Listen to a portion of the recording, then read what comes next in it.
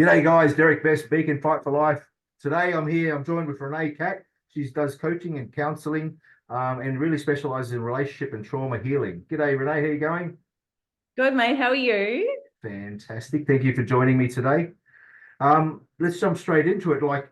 Um, who's your ideal client when it comes to relationship and trauma healing, or what do you do? That's such a broad question because, I love doing this work, and so for me, my ideal client is someone who just wants to do the work, because not everybody does. Yeah. Some people just are doing the things because they should do it, but I guess my ideal client is also someone who really needs a fast intervention, because I love giving them that quick. It's not like a quick fix as such. It's just like they can feel so much better about themselves sooner than they think Mm. is possible. And that's when you see them change in front of you, that just lights me up. That's awesome. What just go back a little bit. What if someone comes to you or a partner comes to you, it could be a man or the woman, that aren't ready to do the work? How do you deal with that? One of the partners, one isn't.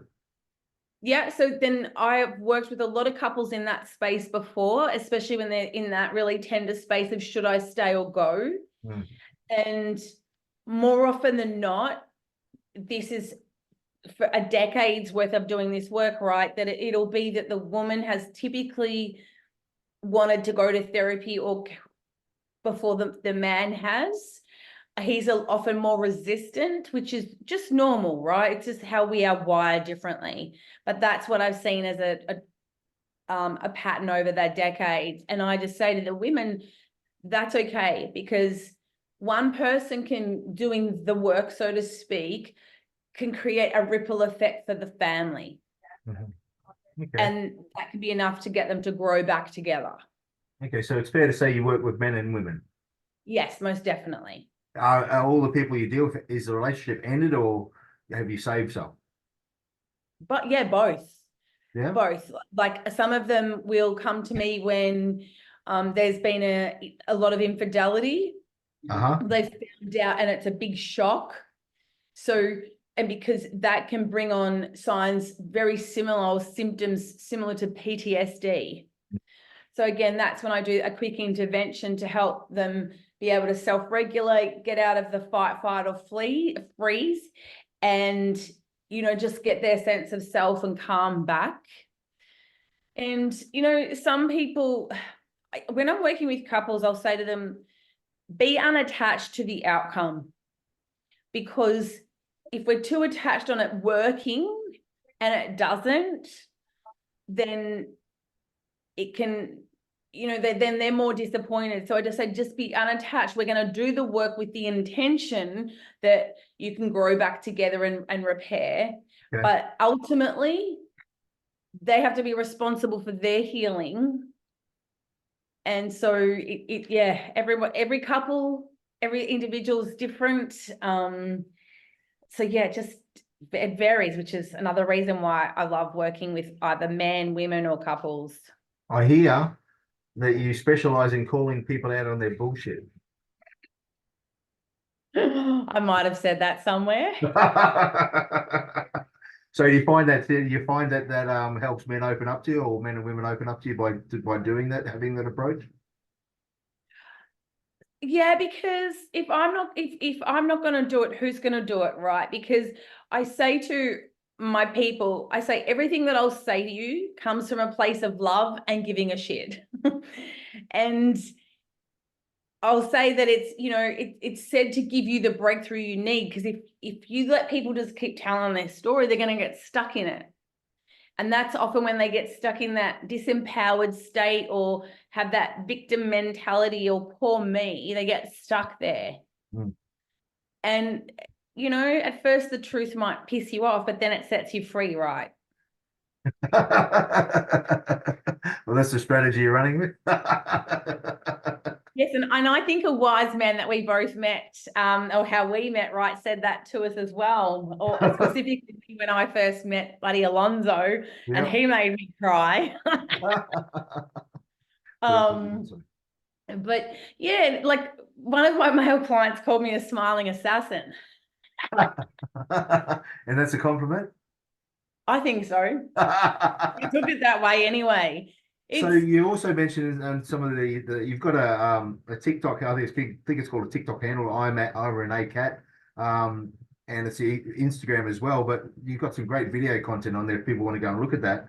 Um, oh, it's just escaped me. Where was I going with that?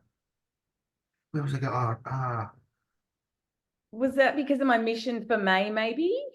Yeah, you got a mission for me, but I want to come back to that because I was leading into something else and it's escaped me. Um, ah, let me find my notes here.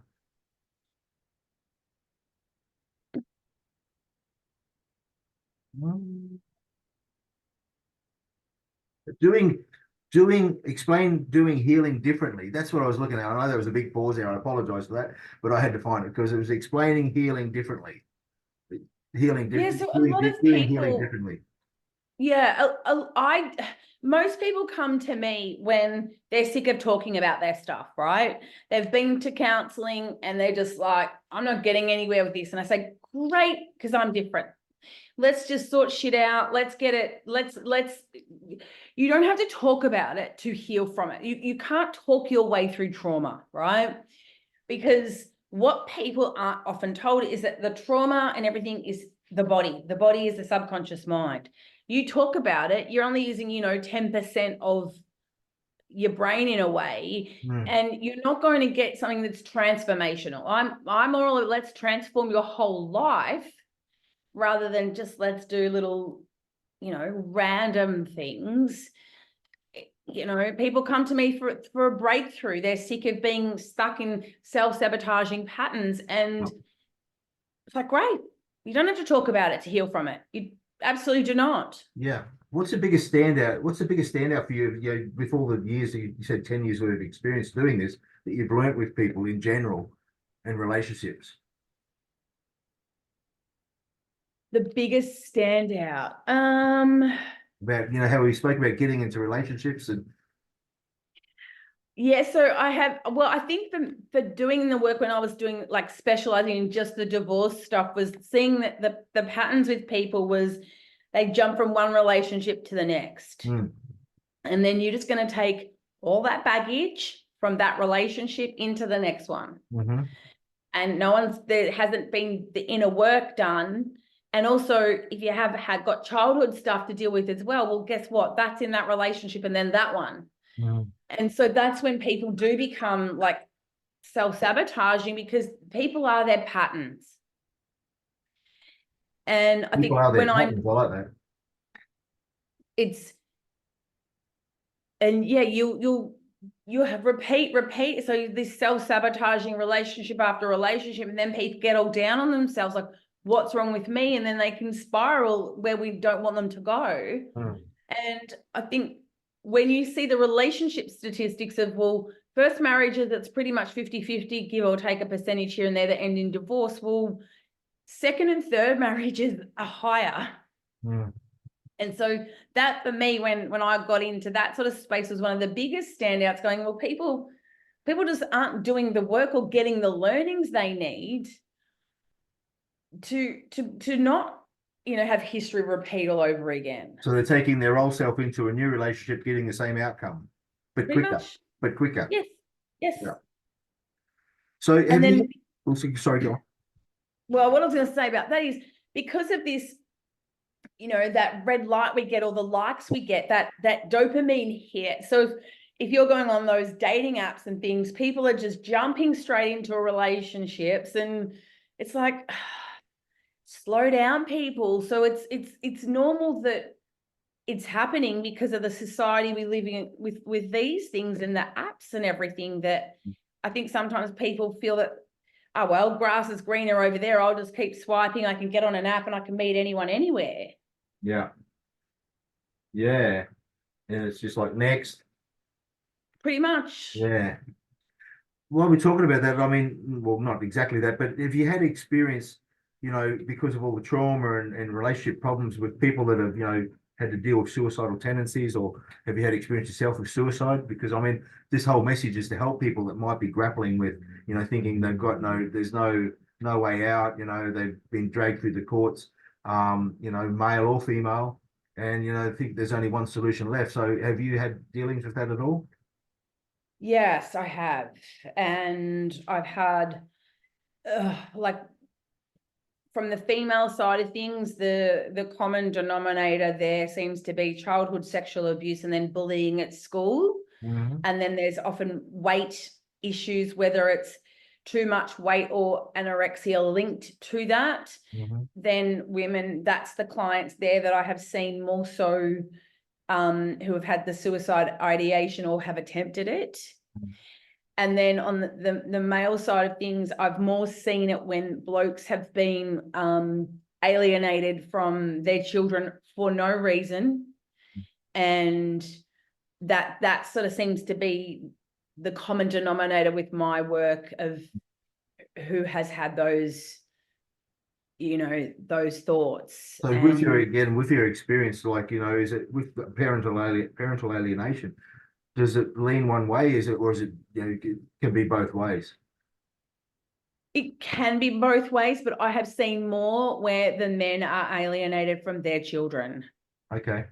That's just who I have worked with. And I would say that I'd be fairly confident in saying that is it statistically as well, but I don't know specifically if it is with the research side of it. The ages of the children are when this alienation happens is often really dependent on, either how long does he need help with or obviously she as well, but because we're talking about what my patterns of my work are, that if the kids are super young, like one of my clients had his daughter taken off him at 2.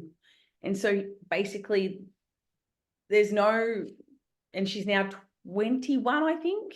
So that's a long time. Yeah. The parents mustn't realize the damage they're doing to the children by doing something like that. I mean, it shouldn't really matter what happened. That they should be able to get past it for the kids. Yeah, absolutely. Look, hindsight's a wonderful thing, and I think I've learned a lot of from my mistakes of things I could have done better during my divorce. But when that was like 12 years ago. You are highly reactive. It's just such a time for turmoil, right? When that does happen. And we all, I think, can do better as parents for our kids, which is, I guess, why I started my company, Separation Success, which was getting people to really do divorce differently, which was do the emotional work first, because otherwise your lawyer becomes an expensive therapist that doesn't care and actually can't help you anyway. You waste so much more time and money with your lawyer talking about all that stuff, but your children are the ones who are going to be affected the most. Like, when I studied mediation and the stats back then, like 7 or 8 years ago, was that children of a high conflict divorce were so much more susceptible to suffer for education, their own relationship issues, mental and emotional health, their education. They're likely to resort to crime. It's just this massive ripple effect. Whereas parents need to be united, no matter what, in telling the kids and keeping the message the same and simple and small. Yeah. And you are parents. You are going to be in each other's lives forever, till death do you part still, right? So another reason you're so passionate about helping people, because you're looking after the best interests of the kids as well, I guess, by doing the work that you do. 100%. And it allows people then to do like a nesting phase when the marriage is over. It's like, right, let's do this slowly for the kids.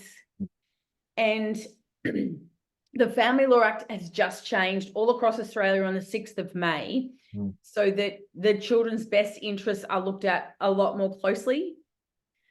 And sometimes you won't see the benefit of doing what I say, the work or the inner work, the emotional work, which I guess for some guys can be like, oh, what do you mean my emotions, and feelings, because that's more the girly side of things. Yeah. But your kids long term, that's where people have got to focus on, rather than just this short-term win. I'm gonna get more here, or I'm hurting her or him, or those hooks are still in, when it's so much for these kids, and even more so nowadays that they've got social media and stuff like that's just an added layer of complications to their brains. Yeah. That we have got to, as I said, share that united message of we're still your parents, we're still a family, and Together or not put not. the hurt on the kids. Yeah, absolutely. So to lighten the mood a little bit, so if anyone's interested in talking about that, they can jump on, and we'll talk about how they can get to you at the end of it. But you brought up before, you got a mission for May, and you want to get 10 men. What's that all about? Oh, look, it was just a bit of a. I do really enjoy working with men and seeing, I suppose, a guy shift and make changes. I don't know, for whatever reason, it was just, I'm on a bit of a mission to help men. And there's been, I guess, a lot of talk about stuff in the media around domestic violence. And I know I've worked with men who have been through that themselves. And look, I think on LinkedIn said, if you have been a perpetrator of domestic violence, I can help you as well, because we all are going to need help at some point, but people are too afraid to ask for help based on the fear of being judged for asking for help. Okay. And I don't know, I think because women seem to find it easier to reach out for help because we do lots of talking. It's how we connect and sometimes come up with our own answers. So it's different for you guys. And I think because you don't want to sit there and talk endlessly about it, which is great because I don't really want to do that either. It just resonated. It was just a thing I wanted to be on this bit of a mission to help blokes, because whenever I've put it out there before, people have come and said to me, thank you, because no one's got our back through this. Yeah. And the amount of shame that a man carries, again, this is what I've heard, because he has been a victim of domestic violence. And even if he's been a perpetrator, to be able to transform someone's world when they didn't think it was possible, I guess, again, that lights me up. And I like doing work that lights me up. So that's rewarding. So for all for the people out there that are listening to this and want to get in contact with you, how will they do that? Look, give me a call. You can book a time to have a chat, or just, fling me an email, but definitely get on the phone and have a chat. It's the best thing to do. I always say to people, look, stalk my socials, because you need to know who you're working with. There has to be a fit, right? I don't work with everyone because I'm not, there's got to be a fit, vice versa. And I need to know if their people are willing to do the work as well.